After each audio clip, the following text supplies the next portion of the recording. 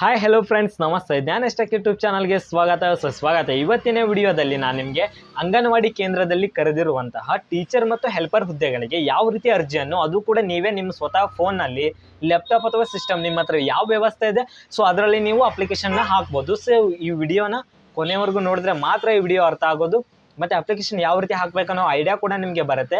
ಅಷ್ಟೇ ಅಲ್ಲದೆ ಇದರಲ್ಲಿ ಮೆರಿಟ್ ಮೇಲೆ, ಅಂದರೆ ಯಾವುದೇ ಎಕ್ಸಾಮ್ ಇರಲ್ಲ, ಡೈರೆಕ್ಟ್ ಸೆಲೆಕ್ಷನ್ ಇರುತ್ತೆ.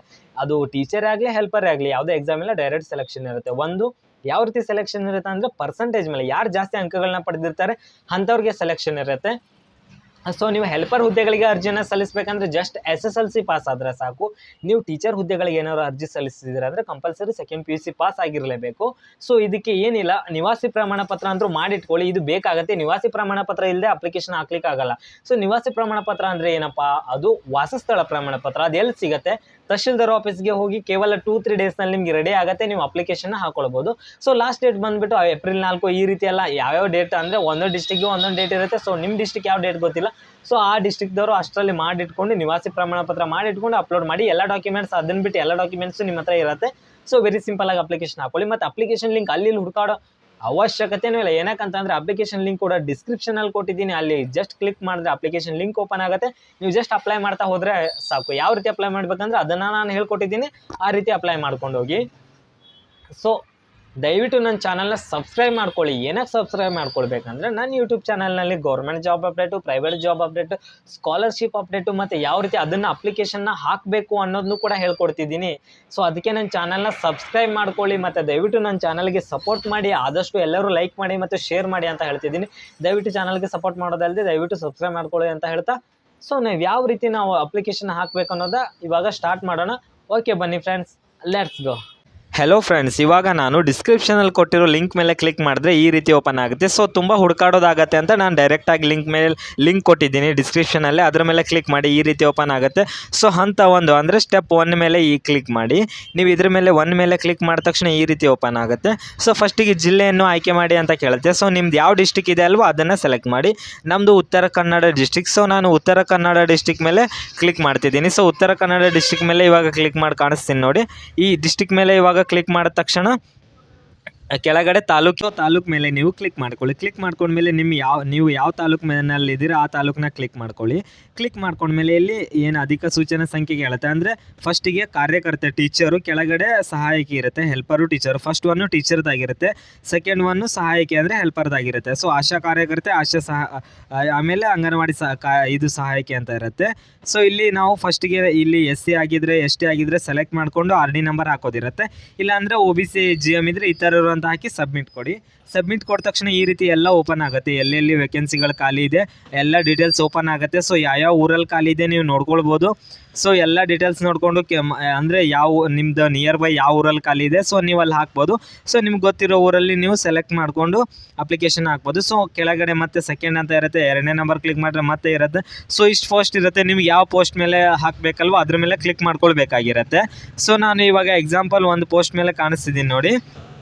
ಸೊ ಇವಾಗ ನಾನು ಎಕ್ಸಾಂಪಲ್ ಇದ್ರ ಮೇಲೆ ಇವಾಗ ಸೆಲೆಕ್ಟ್ ಮಾಡ್ಕೊಳ್ತೀನಿ. ಸೆಲೆಕ್ಟ್ ಮಾಡ್ಕೊಂಡ ತಕ್ಷಣ ಈ ರೀತಿ ಸೆಲೆಕ್ಟ್ ಆಗುತ್ತೆ. ಕೆಳಗಡೆ ಎಲ್ಲ ಡೀಟೇಲ್ಸ್ ಶೋ ಆಗುತ್ತೆ. ಸೊ ಡೀಟೇಲ್ಸ್ ಶೋ ಆದಾಗ ಇಲ್ಲಿ ನಾವು ಹೆಸರನ್ನ ಹಾಕಬೇಕಾಗಿರುತ್ತೆ. ಹೆಸರು ಬಂದುಬಿಟ್ಟು SSLC ಮಾರ್ಕ್ಸ್ ಕಾರ್ಡಲ್ಲಿ ಯಾವ ರೀತಿ ಹೆಸರಿದೆ ಅಲ್ವಾ ಅದೇ ರೀತಿ SSLC ಮಾರ್ಕ್ಸ್ ಕಾರ್ಡಲ್ಲಿ ಇರೋ ರೀತಿ ಹೆಸರು ಹಾಕಿ. ಡೇಟ್ ಆಫ್ ಬರ್ತ್ ಕೂಡ SSLC ಮಾರ್ಕ್ಸ್ ಕಾರ್ಡಲ್ಲಿ ಇರೋ ರೀತಿಯನ್ನೇ ಹಾಕಿ. ಅದಾದಮೇಲೆ ಆಟೋಮೆಟಿಕ್ಲಿ ಏಜ್ ತಾನೇ ಶೋ ಆಗುತ್ತೆ. ಅದಾದಮೇಲೆ ಲಿಂಗ ಆಟೋಮೆಟಿಕ್ಲಿ ಸೆಲೆಕ್ಟ್ ಆಗಿರುತ್ತೆ, ಸ್ತ್ರೀ ಅಂತ. ಅದಾದಮೇಲೆ ನೀವು ಕೆಳಗಡೆ ಬಂದುಬಿಟ್ಟು SSLC ಮಾರ್ಕ್ಸ್ ಕಾರ್ಡ್ನಲ್ಲಿ ಫಸ್ಟ್ ಲ್ಯಾಂಗ್ವೇಜು ಕನ್ನಡ ಆಲ್ಮೋಸ್ಟ್ ಆಗಿರುತ್ತೆ. ಸೊ ಕನ್ನಡ ಮೇಲೆ ಕ್ಲಿಕ್ ಮಾಡ್ಕೊಳ್ಳಿ. ಅಕಸ್ಮಾತ್ ಸಂಸ್ಕೃತ ಬೇರೆ ಆಗಿದ್ದರೆ ಈ ಥರ ಭಾಷೆ ಅಂತ ಸೆಲೆಕ್ಟ್ ಮಾಡ್ಕೊಳ್ಳಿ. ಸೊ ಆಲ್ಮೋಸ್ಟ್ ಕನ್ನಡ ಇರುತ್ತೆ. ಸೊ ನಾನು ಕನ್ನಡ ಸೆಲೆಕ್ಟ್ ಮಾಡ್ಕೊಳ್ತೀನಿ. ಸೆಕೆಂಡ್ ಅದರಲ್ಲಿ ಆಟೋಮೆಟಿಕ್ಲಿ ಈ ಥರ ಭಾಷೆ ಅಂತ ತೊಗೊಳತ್ತೆ, ನೀವೇನು ಕ್ಲಿಕ್ ಮಾಡೋದು ಬೇಡ. ಆಮೇಲೆ ತಾಯಿ ಹೆಸರು ಕೇಳುತ್ತೆ. ತಾಯಿ ಹೆಸರು ಬಂದುಬಿಟ್ಟು SSLC ಮಾರ್ಕ್ಸ್ ಕಾರ್ಡಲ್ಲಿ ಯಾವ ರೀತಿ ಇರುತ್ತೆ ಅಲ್ವ ಅದೇ ರೀತಿ ತಾಯಿ ಹೆಸರನ್ನ ಹಾಕಿ. ತಂದೆ ಹೆಸರು ಕೂಡ SSLC ಮಾರ್ಕ್ಸ್ ಕಾರ್ಡಲ್ಲಿ ಇರೋ ರೀತಿಯೇ ಹಾಕಿ. ಆಮೇಲೆ ತಾವು ವಿವಾಹಿತರೆ ಅಂದರೆ ನೀವು ಮದುವೆ ಆಗಿದ್ದೀನ ಅಂತ ಕೇಳುತ್ತೆ. ಮದುವೆ ಆಗಿದ್ದರೆ ಎಸ್ ಅಂತ ಕೊಟ್ಟು ಗಂಡನ ಹೆಸರು ಹಾಕಿ, ಇಲ್ಲಾಂದರೆ ಇಲ್ಲ ಅಂತ ಕೊಡಿ. ಅದಾದಮೇಲೆ ಕೆಳಗಡೆ SSLC ರಿಜಿಸ್ಟ್ರೇಷನ್ ನಂಬರ್ ಅಂತ ಕೇಳುತ್ತೆ. ಈ SSLC ರಿಜಿಸ್ಟ್ರೇಷನ್ ನಂಬರ್ ಯಾರು ಕೇಳುತ್ತೆ ಅಂದರೆ ಅಂಗನವಾಡಿ ಸಹಾಯಕಿಯರಿಗೆ ಕೇಳುತ್ತೆ. ನೀವೇನಾದರೂ ಟೀಚರ್ ಹುದ್ದೆಗೆ ಹಾಕಿದರೆ PUCದು ರಿಜಿಸ್ಟ್ರೇಷನ್ ನಂಬರ್ ಕೇಳುತ್ತೆ. ಸೊ ನೀವೆಲ್ಲ ಹಾಕುವಾಗ ಓದ್ಕೊಂಡು ಹಾಕ್ಬೋದು. ಇಲ್ಲಿ SSLC ಕೇಳಿದ್ರೆ SSLCದು ಹಾಕಿ, ಟೀಚರ್ ಪೋಸ್ಟ್ ಹಾಕುವಾಗ PUCದು ಕೇಳಿದ್ರೆ PUCದು ಹಾಕಿ. ಅದೇ ರೀತಿ ಅಂಕಗಳು ಕೇಳುತ್ತೆ. SSLCದು 625ಕ್ಕೆ ಎಷ್ಟು ಅಂತ ಇರುತ್ತೆ, PUದು 600ಕ್ಕೆ ಇರುತ್ತೆ. ಸೊ ಇಲ್ಲಿ ನಾನು PUದು ಹಾಕಿ ಕಾಣಿಸ್ತಿದ್ದೀನಿ 600ಕ್ಕೆ ಎಷ್ಟು ಅಂತ ನಾನು ಇಲ್ಲಿ ಹಾಕಿದ ತಕ್ಷಣ ಆಟೋಮೆಟಿಕ್ಲಿ ಕೆಳಗಡೆ ಪರ್ಸೆಂಟೇಜ್ ಈ ರೀತಿ ಶೋ ಆಗುತ್ತೆ ನೋಡಿ, ಇಲ್ಲಿ ಈ ರೀತಿ ಪರ್ಸೆಂಟೇಜ್ ಶೋ ಆಗುತ್ತೆ. ಸೊ ಅದಾದಮೇಲೆ ಕೆಳಗಡೆ ಸ್ಕ್ರೋಲ್ ಮಾಡ್ತಾ ಬರೋಣ. ಅಲ್ಲಿ ಆಧಾರ್ ಕಾರ್ಡಲ್ಲಿರೋ ಅಡ್ರೆಸ್ ಏನಿದೆ ಅದೇ ರೀತಿ ಹಾಕಿ, ನಿಮ್ಮ ಮನಸ್ಸಿಗೆ ಕಂಡಂಗೆ ಅಡ್ರೆಸ್ನ ಹಾಕಬೇಡಿ. ಸೊ ಅದೇ ರೀತಿ ಡಿಸ್ಟಿಕ್ ಕೇಳುತ್ತೆ, ಮತ್ತು ನಿಮ್ದು ಯಾವುದು ಆಧಾರ್ ಕಾರ್ಡಲ್ಲಿ ಯಾವ ಡಿಸ್ಟಿಕ್ ಇದೆ ಅದೇ ಡಿಸ್ಟಿಕ್ನ ಸೆಲೆಕ್ಟ್ ಮಾಡ್ಕೊಳ್ಳಿ. ಆಮೇಲೆ ತಾಲೂಕು ಹೆಸರು ಕೇಳುತ್ತೆ, ತಾಲೂಕು ಹೆಸರನ್ನ ಟೈಪ್ ಮಾಡಿ. ಪಿನ್ ಕೋಡ್ ಕೇಳುತ್ತೆ, ಪಿನ್ ಕೋಡ್ನು ಕೂಡ ಟೈಪ್ ಮಾಡಿ. ಅದೇ ರೀತಿ ಫೋನ್ ನಂಬರ್ ಮತ್ತು ಇಮೇಲ್ ಐ ಡಿ ಕೂಡ ಕೇಳುತ್ತೆ. ಸೊ ಫೋನ್ ನಂಬರು ಮತ್ತು ಇಮೇಲ್ ಐ ಡಿ ಚಾಲ್ತಿಯಲ್ಲಿರೋದೇ ಕೊಡಿ, ಯಾವುದೇ ಕಾರಣಕ್ಕೂ ಚಾಲ್ತಿಯಲ್ಲಿರೋದು ಕೊಡಬೇಡಿ, ಮೆಸೇಜ್ ಎಲ್ಲ ಬರುತ್ತೆ ಸೆಲೆಕ್ಟ್ ಆದರೆ. ಅದಾದಮೇಲೆ ಮತ್ತೆ ನಿಮಗೆ ನಿವಾಸ ಪ್ರಮಾಣ ಪತ್ರ ಅಂದರೆ ವಾಸಸ್ಥಳ ಪ್ರಮಾಣ ಪತ್ರ ಕೇಳುತ್ತೆ. ಸೊ ಇದು ತಹಶೀಲ್ದಾರ್ ಆಫೀಸಲ್ಲಿ ಹೋಗಿ ಅರ್ಜಿ ಹಾಕಿ 2-3 ಡೇಸ್ನಲ್ಲಿ ತೊಗೊಂಡು ಬರ್ಬೋದು. ಒಳ್ಳೆ ಕಾಸ್ಟ್ ಇನ್ಕಮ್ ರೀತಿ ಇರುತ್ತೆ. ಅಲ್ಲಿ ಆರ್ ಡಿ ನಂಬರ್ ಇರುತ್ತೆ, ನಿವಾಸ ಪ್ರಮಾಣ ಪತ್ರದ ಮೇಲೆ ಆರ್ ಡಿ ನಂಬರ್ನ ಹಾಕಿ. ಹಾಕಾದ್ಮೇಲೆ ಕೆಳಗಡೆ ಬನ್ನಿ. ನೀವೇನಾದರೂ ಅಕಸ್ಮಾತ್ ಆ್ಯಸಿಡ್ ದಾಳಿಗೆ ತುತ್ತಾಗಿದ್ದರೆ, ಅವಿವಾಹಿತರಾಗಿದ್ದರೆ, ಅಂಗವಿಕಲ ಆಗಿದ್ದರೆ ಇಲ್ಲಿ ಸೆಲೆಕ್ಟ್ ಮಾಡ್ಕೊಳ್ಳಿ. ಯಾವುದಿಲ್ಲ ಆಗಿದ್ರೆ ಬಿಡಿ. ಆಮೇಲೆ ಕೆಳಗಡೆ ಚೆಕ್ ಬಾಕ್ಸ್ ಇರುತ್ತೆ, ಚೆಕ್ ಬಾಕ್ಸ್ ಮೇಲೆ ಸೆಲೆಕ್ಟ್ ಮಾಡಿಕೊಂಡು ಪ್ರಿವ್ಯೂ ಮೇಲೆ ಕ್ಲಿಕ್ ಮಾಡಿ. ಸೊ ಪ್ರಿವ್ಯೂ ಮೇಲೆ ಕ್ಲಿಕ್ ಮಾಡಿದ ತಕ್ಷಣ ಈ ರೀತಿ ನಿಮ್ದು ಎಲ್ಲ ಡೀಟೇಲ್ಸ್ ಶೋ ಆಗುತ್ತೆ. ಸೊ ನೀವು ಡೀಟೇಲ್ಸ್ನ ಏನಾದರೂ ತಪ್ಪಿದೆನಾ ನೋಡ್ಕೊಳ್ಳಿ. ಅಕಸ್ಮಾತ್ ತಪ್ಪಿದ್ರೆ ಮತ್ತೆ ಎಡಿಟ್ ಮಾಡ್ಕೊಳ್ಬೋದು. ಒಂದ್ಸಲ ಸೇವ್ ಡಾಟಾ ಕೊಟ್ಟರೆ ಯಾವುದೇ ಕಾರಣಕ್ಕೂ ಎಡಿಟ್ ಮಾಡ್ಕೊಳ್ಳಿಕ್ಕಾಗಲ್ಲ. ಸೊ ಮತ್ತೆ ಹೊಸ ಅಪ್ಲಿಕೇಶನ್ ಕೂಡ ಹಾಕ್ಲಿಕ್ಕಾಗಲ್ಲ. ಅದಕ್ಕೆ ಏನೇನು ನೀವು ಫಿಲಪ್ ಮಾಡಿದ್ದೀರಾ ಎಲ್ಲ ಒಂದ್ಸಲ ಸರಿಯಾಗಿ ನೋಡ್ಕೊಳ್ಳಿ. ಯಾಕಂತ ಅಂದರೆ ಎಷ್ಟೋ ಜನ ಏನು ಮಾಡ್ತೀರಾ, ನೀವು ಬ್ಲೈಂಡ್ಲಿ ಆಗಿ ಸೇವ್ ಕೊಟ್ಬಿಡ್ತೀರಾ. ಅವಾಗ ಏನಾಗ್ಬಿಡತ್ತೆ, ಅದು ಮತ್ತೆ ಇಲ್ಲ ಸರ್ ನಂದು ಒಂದು ರಾಂಗ್ ಆಗಿತ್ತು, ನಾನು ಅಪ್ಡೇಟ್ ಮಾಡಬೇಕಿತ್ತು ಅಂತೀರ, ಯಾವುದೇ ಕಾರಣಕ್ಕೂ ಅಪ್ಡೇಟ್ ಆಗಲ್ಲ. ಸೊ ಅದಕ್ಕೆ ನಾವು ಸರಿಯಾಗಿರೋದನ್ನ ನೋಡಿಕೊಂಡು ಕೆಳಗಡೆ ಸರಿಯಾಗಿದ್ದರೆ ಕೆಳಗಡೆ ಸ್ಕ್ರೋಲ್ ಮಾಡೋಣ. ಕೆಳಗಡೆ ಸ್ಕ್ರೋಲ್ ಮಾಡಿಕೊಂಡು ಕ್ಯಾಪ್ಚರ್ ನಂಬರ್ ಕೇಳುತ್ತೆ, capture number hockey save and continue. ಇಲ್ಲಿ ಸೇವ್ ಆ್ಯಂಡ್ ಚೇಂಜಸ್ ಅಂತ ಇರುತ್ತೆ, ಅದ್ರ ಮೇಲೆ ಕ್ಲಿಕ್ ಮಾಡೋಣ. ಇಲ್ಲಾಂದರೆ ತಪ್ಪಿದ್ರೆ ಎಡಿಟ್ ಮೇಲೆ ಕ್ಲಿಕ್ ಮಾಡಿ ಸರಿ ಮಾಡ್ಕೊಳ್ಳೋಣ. ಸೇವ್ ಮೇಲೆ ಕ್ಲಿಕ್ ಮಾಡಿದ್ರೆ ಆಟೋಮೆಟಿಕ್ಲಿ ಇವಾಗ ನಮ್ಮದು ಐ ಡಿ ನಂಬರ್ ಬಂತು. ರಿಜಿಸ್ಟ್ರೇಷನ್ ನಂಬರ್ನ ಸೇವ್ ಮಾಡಿ ಇಟ್ಕೊಳ್ಳಿ, ಸ್ಕ್ರೀನ್ಶಾಟ್ ಹೊಡೆದು ಇಟ್ಕೊಳ್ರಿ. ಅದು ಒಟ್ಟಿನಲ್ಲಿ ಅದನ್ನ ನೆನ್ಪಿಟ್ಕೊಳ್ಬೇಕು. ಸೊ ಆಮೇಲೆ ಕ್ಲಿಕ್ ಟು ಸೆಕೆಂಡ್ ಸ್ಟೆಪ್ ಮೇಲೆ ಕ್ಲಿಕ್ ಮಾಡೋಣ. ಕೆಳಗಡೆ ಇದೆ, ಸೊ ಕೆಳಗಡೆ ಗ್ರೀನ್ ಮಾರ್ಕಲ್ಲಿ ಕ್ಲಿಕ್ ಟು ಸೆಕೆಂಡ್ ಅದ್ರ ಮೇಲೆ ಕೊಟ್ಟರೆ ಇಲ್ಲಿ ಅಪ್ಲಿಕೇಶನ್ ಐ ಡಿ ಇವಾಗ ಏನಿದೆ ಅದನ್ನು ಹಾಕಿ. ಅದೇ ರೀತಿ ನಿಮ್ಮ ಡೇಟ್ ಆಫ್ ಬರ್ತ್ ಏನಿದೆ ಡೇಟ್ ಆಫ್ ಬರ್ತ್ನ ಸೆಲೆಕ್ಟ್ ಮಾಡಿಕೊಂಡು ಸಬ್ಮಿಟ್ ಕೊಟ್ಟರೆ ಲಾಗಿನ್ ಆಗುತ್ತೆ. ಸೊ ನಿಮ್ದು ಅಪ್ಲಿಕೇಶನ್ ಐ ಡಿ ಮತ್ತು date of birth hockey login ಕೊಟ್ಟರೆ ಈ ರೀತಿ ಬರುತ್ತೆ. ಫೋಟೋ ಮತ್ತು ಸಿಗ್ನೇಚರ್ನ ಅಪ್ಲೋಡ್ ಮಾಡೋದಿರುತ್ತೆ. ಸೊ ಫೋಟೋ ಮತ್ತು ಸಿಗ್ನೇಚರ್ 100 KB ಒಳಗಿರಬೇಕು, JPG-ದಲ್ಲಿ ಇರಬೇಕು. ಸೊ ಅದನ್ನು ಸ್ಕ್ಯಾನ್ ಮಾಡಿಕೊಂಡು ಅಪ್ಲೋಡ್ ಮಾಡೋದಾಗಿರುತ್ತೆ. ಅದಕ್ಕೇನು ಇದೇ ರೀತಿ ಬ್ಯಾಕ್ಗ್ರೌಂಡ್ ವೈಟು ಆ ರೀತಿ ಏನು ಇರಲ್ಲ, ಯಾವುದು ರೂಲ್ಸ್ ಏನಿರಲ್ಲ. ಡೈರೆಕ್ಟಾಗಿ ಒಂದೊಂದೇ ಸೆಲೆಕ್ಟ್ ಮಾಡಿಕೊಂಡು ಫೋಟೋ ಅಪ್ಲೋಡು, ಸೈನ್ ಅಪ್ಲೋಡು ಅಂತ ಒಂದೊಂದು ಸಪ್ರೇಟಾಗಿ ಕೊಟ್ಟು ಸೇವ್ ಮೇಲೆ ಕ್ಲಿಕ್ ಮಾಡಿ. ಸೊ ಸೇವ್ ಮೇಲೆ ಕ್ಲಿಕ್ ಮಾಡಿದ ತಕ್ಷಣ ನಿಮಗೆ ಆಟೋಮೆಟಿಕ್ಲಿ ಸೇವ್ ಮೇಲೆ ಕ್ಲಿಕ್ ಮಾಡಿದ ತಕ್ಷಣ ಆಟೋಮೆಟಿಕ್ಲಿ ಏನು ಮಾಡಬೇಕಂತ ಅಂದರೆ ಹೋಮ್ ಮೇಲೆ ಕ್ಲಿಕ್ ಮಾಡಿ. ಸೇವ್ ಆದ ತಕ್ಷಣ ಹೋಮ್ ಮೇಲೆ ಕ್ಲಿಕ್ ಮಾಡಿ, ಇಲ್ಲಾಂದರೆ ಆಟೋಮೆಟಿಕ್ಲಿ ಈ ರೀತಿ ಬ್ಯಾಕ್ ಬರುತ್ತೆ. ಸೊ ನೀವು ಸೇವ್ ಮೇಲೆ ಕ್ಲಿಕ್ ಮಾಡಿದ ತಕ್ಷಣ ಈ ರೀತಿ ಥರ್ಡ್ ಸ್ಟೆಪ್ಪಿಗೆ ಹೋಗುತ್ತೆ ಆಟೋಮೆಟಿಕ್ಲಿ. ಥರ್ಡ್ ಸ್ಟೆಪ್ಪಿಗೆ ಹೋದ ತಕ್ಷಣ ಇವಾಗ ನೋಡಿ ಮತ್ತೆ ಥರ್ಡ್ ಸ್ಟೆಪ್ನಲ್ಲಿ ಐ ಡಿ ಮತ್ತು ಡೇಟ್ ಆಫ್ ಬರ್ತ್ನ ಹಾಕಿ ಮತ್ತೆ ಸಬ್ಮಿಟ್ ಕೊಡಿ, ಮತ್ತೆ ಲಾಗಿನ್ ಆಗುತ್ತೆ. ಸೊ ನೀವು ಅಲ್ಲಿ ಫೋಟೋ ಸಿಗ್ನೇಚರಲ್ಲಿ ಇದ್ದಲ್ಲಿ ಸೇವ್ ಕೊಟ್ಟರೆ ಆಟೋಮೆಟಿಕ್ಲಿ ಈ ನೆಕ್ಸ್ಟ್ ಪ್ರೊಸೆಸ್ ತಾನೇ ಓಪನ್ ಆಗುತ್ತೆ. ಸೊ ಐ ಡಿ ಮತ್ತು ಡೇಟ್ ಆಫ್ ಬರ್ತ್ನ ಹಾಕಿ ಮತ್ತೆ ಸಬ್ಮಿಟ್ ಕೊಡಿ, ಮತ್ತೆ ಲಾಗಿನ್ ಆಗುತ್ತೆ. ಸೊ ಲಾಗಿನ್ ಆದಮೇಲೆ ನೋಡ್ಬೋದು ಯಾವ ರೀತಿ ನಾವು ಆಟೋಮೆಟಿಕ್ಲಿ ಈ ರೀತಿ ಓಪನ್ ಆಗುತ್ತೆ ಅಂತ. ಅಂದರೆ ಇವಾಗ ಆಧಾರ್ ಕಾರ್ಡಿಂದ ಈ ರೀತಿ ಓಪನ್ ಆಗುತ್ತೆ ಥರ್ಡ್ ಸ್ಟೆಪ್ಪಲ್ಲಿ. ಸೊ ನೀವು ಮೊಬೈಲು ಮತ್ತು ಯೂಸರ್ ಐ ಡಿ ಏನು ಇದು ಸೆಲೆಕ್ಟ್ ಮಾಡ್ಕೊಬಿಡಿ, ಡೈರೆಕ್ಟ್ ಲಾಸ್ಟ್ ಆಧಾರ್ ಅಂತ ಇದೆ. ಸೊ ಲಾಸ್ಟ್ ಆಧಾರ್ ಮೇಲೆ ಇದ್ರ ಮೇಲೆ ಸೆಲೆಕ್ಟ್ ಮಾಡ್ಕೊಳ್ಳಿ. ಆಧಾರ್ ಮೇಲೆ ಸೆಲೆಕ್ಟ್ ಮಾಡ್ಕೊಂಡು ಆಧಾರ್ ಕಾರ್ಡ್ ನಂಬರ್ ಹಾಕಿ ನೆಕ್ಸ್ಟ್ ಅಂತ ಕೊಡಿ. ಸೊ ಆಧಾರ್ ಕಾರ್ಡ್ ನಂಬರ್ ಹಾಕಿ ನೆಕ್ಸ್ಟ್ ಅಂತ ಕೊಟ್ಟ ತಕ್ಷಣ ಮೊಬೈಲ್ಗೆ ಒಂದು OTP ಬರುತ್ತೆ. ಆಧಾರ್ ಲಿಂಕ್ ಇರೋ ಫೋನ್ ನಂಬರ್ಗೆ OTP ಬರುತ್ತೆ. ಸೊ ಆ OTPನ ನಾವು ಎಂಟರ್ ಮಾಡಬೇಕಾಗಿರುತ್ತೆ. ಸೊ ಅದನ್ನು ಎಂಟರ್ ಮಾಡಿ ಕೆಳಗಡೆ ಸಬ್ಮಿಟ್ ಅಂತ ಕಾಣಿಸ್ತಿದೆ. ಸೊ ಸಬ್ಮಿಟ್ ಮೇಲೆ ಕ್ಲಿಕ್ ಮಾಡಬೇಕು. ಸೊ ನಾವು OTPನ ಎಂಟರ್ ಮಾಡಿ ಸಬ್ಮಿಟ್ ಮೇಲೆ ಕ್ಲಿಕ್ ಮಾಡಿದ ತಕ್ಷಣ ಕಾಣಿಸ್ತೀನಿ ನೋಡಿ.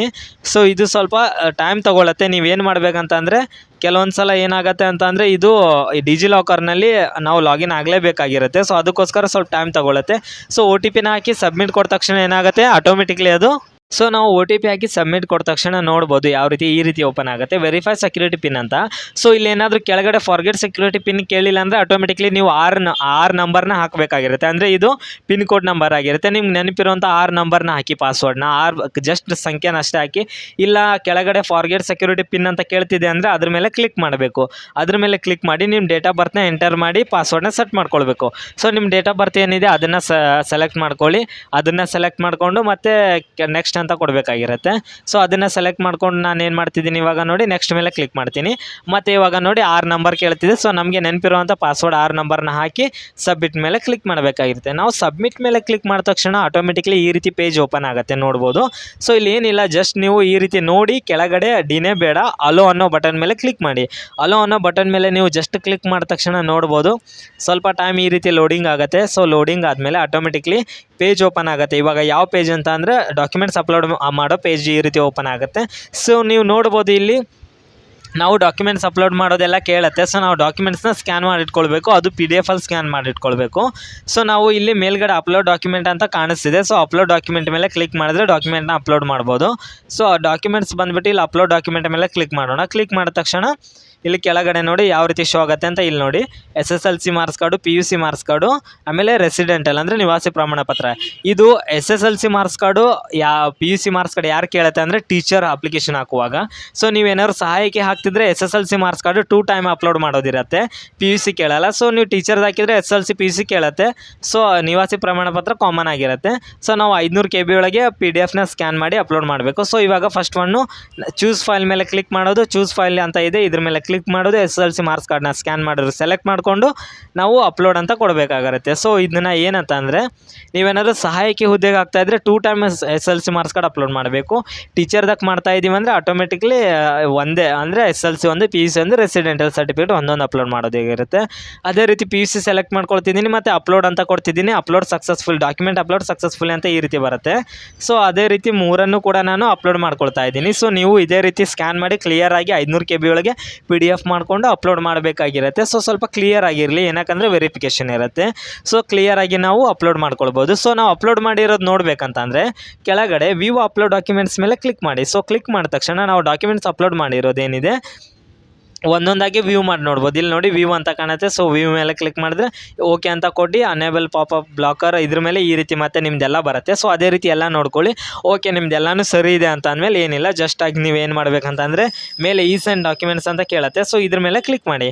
ಸೆಂಡ್ ಡಾಕ್ಯುಮೆಂಟ್ಸ್ ಮೇಲೆ ಕ್ಲಿಕ್ ಮಾಡಿದ ತಕ್ಷಣ ಇವಾಗ ನೋಡಿ ಯಾವ ರೀತಿ ಓಪನ್ ಆಗುತ್ತೆ ಅಂತ ಅದನ್ನು ಕೂಡ ಕಾಣಿಸ್ತೀನಿ. ಸೈನ್ ಅಂತ ಕ್ಲಿಕ್ ಮಾಡಿದ ತಕ್ಷಣ ಪ್ರೊಸೀಡ್ ಟು ಸೈನ್ ಅಂತ ಸೆಕೆಂಡ್ ಆಪ್ಷನ್, ಇದು ಫಸ್ಟ್ ಆಪ್ಷನ್ ಅಲ್ಲ, second option proceed to sign ಮೇಲೆ ಕ್ಲಿಕ್ ಮಾಡಿ. ಇದ್ರ ಮೇಲೆ ಕ್ಲಿಕ್ ಮಾಡಿದ ತಕ್ಷಣ ಓಕೆ ಅಂತ ಕೊಡಿ. ಅಂದರೆ ಒಂದ್ಸಲ ನೀವು ಸೈನ್ ಮಾಡಿದ್ರೆ ಅಪ್ಲೋಡ್ ಮಾಡ್ಲಿಕ್ಕೆ ಬರಲ್ಲ, ಡಾಕ್ಯುಮೆಂಟ್ಸು ತಪ್ಪಾಗಿದ್ರೆ ಅಂತ ಕೇಳುತ್ತೆ. ಓಕೆ ಅಂತ ಕೊಡಿ. ಓಕೆ ಅಂತ ಕೊಡಿದ ತಕ್ಷಣ ನಿಮ್ಮ PDF ಏನಿರುತ್ತೆ PDF ಎಲ್ಲ ಓಪನ್ ಆಗುತ್ತೆ. ಸೊ ಅದನ್ನೆಲ್ಲ ಡೀಟೇಲ್ಸ್ ಸರಿಯಾಗಿದೆ ಎಲ್ಲ ನೋಡ್ಕೊಳ್ಳಿ. ಸೊ ಸರಿಯಾಗಿದೆ ಅಂತ ಅಂದರೆ ಫುಲ್ ಕೆಳಗಡೆ ಸ್ಕ್ರೋಲ್ ಮಾಡಬೇಕಾಗಿರುತ್ತೆ. ಸರಿಯಾಗಿಲ್ಲ ಅಂತ ಅಂದರೆ ಬ್ಯಾಕ್ ಹೋಗಿ ಎಡಿಟ್ ಮಾಡ್ಕೊಳ್ಳಿ. ಸೊ ನಾನು ಹಾಕಿರೋ ಡೀಟೇಲ್ಸ್ ಎಲ್ಲ ಸರಿಯಾಗಿದೆಯಪ್ಪ ಅಂತ ಅಂದರೆ ನಿಮ್ಗೆ ಕನ್ಫರ್ಮ್ ಆದರೆ ನೀವೇನು ಮಾಡಬೇಕಾಗಿರುತ್ತೆ ಅಂತ ಅಂದರೆ ಜಸ್ಟ್ ಸೈನ್ ಮಾಡ್ಕೊಳ್ಳಿ, ಕನ್ಫರ್ಮ್ ಮಾಡ್ಕೊಳ್ಳಿ ಅಷ್ಟೇ. ನೀವು ಕೆಳಗಡೆ ಟೋಟಲ್ ಸ್ಕ್ರೋಲ್ ಮಾಡ್ಕೊಳ್ಳಿ. ಇವಾಗ ಓಕೆ ನಾನು ಅಪ್ಲೋಡ್ ಮಾಡಿರೋದೆಲ್ಲ ಸರಿಯಾಗಿದೆಯಪ್ಪ ಅಂತಂದರೆ ಕೆಳಗಡೆ ಸ್ಕ್ರೋಲ್ ಮಾಡ್ಕೊಳ್ಳಿ, ಚೆಕ್ ಬಾಕ್ಸ್ ಕಾಣುತ್ತೆ ಕೆಳಗಡೆ ನೋಡ್ಬೋದು. ಈ ಚೆಕ್ ಬಾಕ್ಸ್ ಮೇಲೆ ಜಸ್ಟ್ ಕ್ಲಿಕ್ ಮಾಡಿ. ಕ್ಲಿಕ್ ಮಾಡಿದ ತಕ್ಷಣ ಬಿಡುತ್ತೆ ಅಂದರೆ ಆಟೋಮೆಟಿಕ್ಲಿ ಆಧಾರ್ ಕಾರ್ಡ್ ನಂಬರ್ ಕೇಳುತ್ತೆ. ಸೊ ಆಧಾರ್ ಕಾರ್ಡ್ ನಂಬರ್ನ ಇಲ್ಲಿ ಎಂಟ್ರಿ ಮಾಡಬೇಕು. ನೋಡಿ ಈ ರೀತಿ ಬರುತ್ತೆ. ಆಧಾರ್ ಕಾರ್ಡ್ ನಂಬರ್ನ ಎಂಟ್ರಿ ಮಾಡಿ ಗೆಟ್ OTP ಕೊಟ್ಟು OTPನ ಹಾಕಿ ಸಬ್ಮಿಟ್ ಮಾಡೋದಾಗಿರುತ್ತೆ. ಸೊ ನಾನು ಅದೇ ರೀತಿ ಆಧಾರ್ ಕಾರ್ಡ್ ನಂಬರ್ನ ಗೆಟ್ OTP ಕೊಟ್ಟು OTPನ ಹಾಕಿ ಸಬ್ಮಿಟ್ ಮಾಡ್ತಿದ್ದೀನಿ. ಸೊ ನೀವು ಅದೇ ರೀತಿ ಕೂಡ ಸಬ್ಮಿಟ್ ಮಾಡಿ. ನಾನು ಇವಾಗ ಸಬ್ಮಿಟ್ ಮಾಡಿ ನಿಮ್ಮ ಮುಂದೆ ಲೈವ್ ಪ್ರೂಫ್ ಕಾಣಿಸ್ತಿದ್ದೀನಿ ನೋಡಿ. ಸೈನ್ ಈ ರೀತಿ ಜಸ್ಟ್ ಸಬ್ಮಿಟ್ ಅಂತ ಮಾಡಿ. ಸಬ್ಮಿಟ್ ಮೇಲೆ ಕ್ಲಿಕ್ ಮಾಡಿದ ತಕ್ಷಣ ಸ್ವಲ್ಪ ಟೈಮ್ ತೊಗೊಳುತ್ತೆ. ಸರಿಯಾಗಿ OTP ಹಾಕಿ, ರಾಂಗ್ ಆದರೆ ತೊಗೊಳ್ಳಲ್ಲ. ಸೊ ನಾನು ಇನ್ನೊಂದು ಸಲ ಸರಿಯಾಗಿರೋ OTP ಹಾಕ್ತಿದ್ದೀನಿ, ರಾಂಗ್ ಹಾಕಿದಾಗ ತೊಗೊಳ್ಳಿಲ್ಲ. ಸೊ OTP ಇನ್ನೊಂದು ಸಲ ಸರಿಯಾಗಿರೋದನ್ನ ಹಾಕಿ ಸಬ್ಮಿಟ್ ಕೊಟ್ಟು ಸೈನ್ ಯಾವ ರೀತಿ ಮಾಡಬೇಕು ಅನ್ನೋದನ್ನ ಇದು ಟೋಟಲ್ ಅಪ್ಲಿಕೇಶನ್ ಲಾಸ್ಟ್ ಸ್ಟೆಪ್ ಆಗಿರುತ್ತೆ. ಸಬ್ಮಿಟ್ ಮೇಲೆ ಕ್ಲಿಕ್ ಮಾಡ್ತೀನಿ. ಈ ರೀತಿ ಪ್ರೊಸೆಸಿಂಗ್ ತೊಗೊಂಡು ಇಲ್ಲಿ ನೋಡಿ ಸ್ವಲ್ಪ ವೇಟ್ ಮಾಡಿ ಇಲ್ಲಿ ನೋಡಿ ಸೈನ್ ಸಕ್ಸಸ್ಫುಲಿ ಈ ರೀತಿ ಬರುತ್ತೆ. ಈ ರೀತಿ ಬಂದರೆ ನಿಮ್ಮ ಅಪ್ಲಿಕೇಶನ್ 100% ನೀವು ಅಪ್ಲಿಕೇಶನ್ ಹಾಕಿ ಸೈನ್ ಮಾಡಿದ್ದೀರಾ ಅಂತ ಅರ್ಥ. ಸೊ ಇದನ್ನು ಈ ರೀತಿ ಬರಬೇಕು. ಅನ್ಸಕ್ಸಸ್ಫುಲಿ ಬಂತಂದರೆ ಮತ್ತೆ ಅಗೇನ್ ಲಾಗಿನ್ ಆಗಿ 4th ಸ್ಟೆಪ್ಪಿಗೆ ಲಾಗಿನ್ ಆಗಿ ಮತ್ತೆ ಸೈನ್ ಸಕ್ಸಸ್ಫುಲಿ ಮಾಡಿ. ಓಕೆ ಅನ್ನೋ ಬಟನ್ ಮೇಲೆ ಕ್ಲಿಕ್ ಮಾಡಿ. ಓಕೆ ಅನ್ನೋ ಬಟನ್ ಮೇಲೆ ಕ್ಲಿಕ್ ಮಾಡಿದ ತಕ್ಷಣ ಇವಾಗ ನೋಡ್ಬೋದು ನೀವು ಇಲ್ಲಿ ನೋಡಿ ಡೌನ್ಲೋಡ್ ಸೈನ್ PDF ಅಂತ ಬರುತ್ತೆ. ಸೊ ಈ PDFನ ನೀವು ಕ್ಲಿಕ್ ಮಾಡಿಬಿಟ್ರೆ ಆಟೋಮೆಟಿಕ್ಲಿ ಒಂದು PDF ಡೌನ್ಲೋಡ್ ಆಗುತ್ತೆ. ಸೊ ಆ PDFನ ಓಪನ್ ಮಾಡಿ ನೋಡಿ. ನಾನು ಸೈನ್ ಮಾಡಿದ್ದು ಕನ್ಫರ್ಮ್ ಆಗಿದೆ ಇಲ್ಲ ಅನ್ಲಿಕ್ಕೆ ಲಾಸ್ಟ್ ಪೇಜ್ ಹೋಗಿ, ಲಾಸ್ಟ್ ಪೇಜ್ ಹೋದ್ಮೇಲೆ ಇಲ್ಲಿ ನೋಡಿ ಈ ರೀತಿ ಕ್ವಶನ್ ಮಾರ್ಕ್ ಬಂದು signature not verified digital sign ಈ ರೀತಿ ಬರಬೇಕು. ಸೊ ನಿಮ್ಮದು ಬಂದಿದ್ದರೆ ಸೈನ್ ಸಕ್ಸಸ್ಫುಲ್ ಆಗಿದೆ, ಅಪ್ಲಿಕೇಶನ್ ಕೂಡ ಸಕ್ಸಸ್ಫುಲ್ ಆಗಿದೆ ಅಂತ. ಸೊ ಇದನ್ನು ನೀವು ಒಂದು ಪ್ರಿಂಟ್ ತೆಗೆದು ಇಟ್ಕೊಳ್ಳಿ, ಸೆಲೆಕ್ಟ್ ಆದರೆ ಬೇಕಾಗತ್ತೆ. ಸೊ ಇಷ್ಟೇ ಈಸಿ ಫ್ರೆಂಡ್ಸ್, ತುಂಬ ಸಿಂಪಲ್ಲಾಗಿ ಅಪ್ಲಿಕೇಶನ್ ಹಾಕ್ಬೋದು. ಅಕಸ್ಮಾತ್ ಏನಾದರೂ ಅಪ್ಲಿಕೇಶನ್ ಹಾಕ್ಲಿಕ್ಕೆ ಗೊತ್ತಾಗಿಲ್ಲ ಅಂದರೆ ನನಗೆ ಡಿಸ್ಕ್ರಿಪ್ಷನಲ್ಲಿ ಕೊಟ್ಟರೆ ವಾಟ್ಸಪ್ ಗ್ರೂಪ್ ಲಿಂಕಿಗೆ ಜಾಯ್ನ್ ಆಗಿ ಅಲ್ಲಿ ನನ್ನ ಫೋನ್ ನಂಬರ್ ಸಿಗುತ್ತೆ. ವಾಟ್ಸಪ್ ಮೆಸೇಜ್ ಆದರೂ ಮಾಡಿ, ಇಲ್ಲಾಂದ್ರೆ ಕಾಲ್ ಮಾಡಾದರೂ ತಿಳ್ಕೊಳ್ಬೋದು. ಸೊ ದಯವಿಟ್ಟು ಈ ಇನ್ಫಾರ್ಮೇಷನ್ ನಿಮಗೆ ಯೂಸ್ಫುಲ್ ಆಗಿದ್ದರೆ ದಯವಿಟ್ಟು ನನ್ನ ಚಾನಲ್ಗೆ ಸಬ್ಸ್ಕ್ರೈಬ್ ಮಾಡೋದು ಮರಿಬೇಡಿ. ಅದೇ ರೀತಿ ಲೈಕ್ ಮಾಡಿ ಮತ್ತು ಆದಷ್ಟು ಶೇರ್ ಮಾಡಿ ಮತ್ತು ನನ್ನಂಥ ಒಂದು ಚಾನಲ್ಗೆ ಸಪೋರ್ಟ್ ಮಾಡಿ ಅಂತ ಹೇಳ್ತಿದ್ದೀನಿ. ಮತ್ತು ಏನಾದರೂ ಡೌಟ್ಸ್ ಇದ್ದರೆ ಕಮೆಂಟ್ನಲ್ಲಿ ಹಾಕಿದರೆ ನಾನು ಅದನ್ನು ರಿಪ್ಲೈ ಕೂಡ ಮಾಡ್ತೀನಿ ಅಂತ ಹೇಳ್ತಾ ನಾನು ಮತ್ತೆ ಒಳ್ಳೆ ವಿಡಿಯೋ ಮೂಲಕ ಬರ್ತೀನಿ. Okay, thank you friends, bye.